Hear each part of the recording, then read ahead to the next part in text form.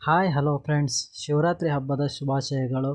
ಹಾಗೆ ನಾವಿವತ್ತೇ ಶಿವರಾತ್ರಿ ಪ್ರಯುಕ್ತ ನಾವು ಇಲ್ಲಿಂದ ಮನೆಯಿಂದ ಕಾಲ್ನಡಿಗೆಯಲ್ಲಿ ಪಾದಯಾತ್ರೆ ಮಾಡ್ಕೊಂಡು ಮುರುಡೇಶ್ವರ ಹೋಗ್ತಾ ಇದ್ದೇವೆ. ಬೆಳಗ್ಗೆ 2 ಗಂಟೆಗೆ ಶುರು ಮಾಡಿದ ಪಾದಯಾತ್ರೆ. ಹಾಗೆ ನಮ್ಮ ಹಾಗೆ ಎಲ್ಲರೂ ನೋಡ್ಕೊಂಡು ಹೋಗ್ತಿರೋದು ಜನ ನೋಡಿ ನಾನು ಅಂದ್ಕೊಂಡೆ ಇಲ್ಲಿ ಜನ ಸ್ವಲ್ಪ ಸ್ವಲ್ಪ ಕಾಣ್ತಿದ್ದಾರಂತ.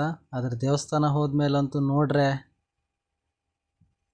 ಇಲ್ಲಿ ನೋಡಿ ಎಷ್ಟು ಜನ. ನಾನು ಅಂದ್ಕೊಂಡೇ ಇರಲಿಲ್ಲ ಇಷ್ಟೆಲ್ಲ ಜನ ಪಾದಯಾತ್ರೆ ಮಾಡ್ಕೊಂಡು ಇಷ್ಟು ಬೆಳಗ್ಗೆ ಬರ್ತಾರಂತ.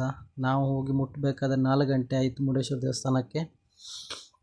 ಹಾಗೆ ಹೆಂಗಸ್ರು ಮಕ್ಕಳಿಗೆಲ್ಲ ಕರ್ಕೊಬಂದವ್ರಿಗಂತೂ ನುಗ್ಗಲಾಗಿ ತುಂಬ ಸಮಸ್ಯೆ ಆಯಿತು.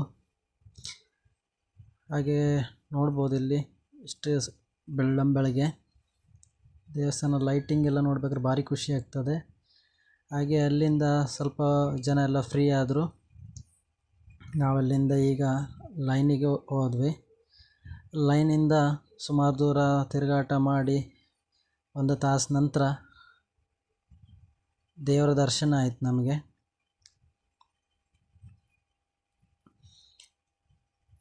ದೇವರ ದರ್ಶನ ಮಾಡಿ ಅಲ್ಲಿಂದ ಹತ್ತಿರದಲ್ಲೇ ನಾವು ದೇವರ ದರ್ಶನ ಮಾಡಿದ್ವಿ.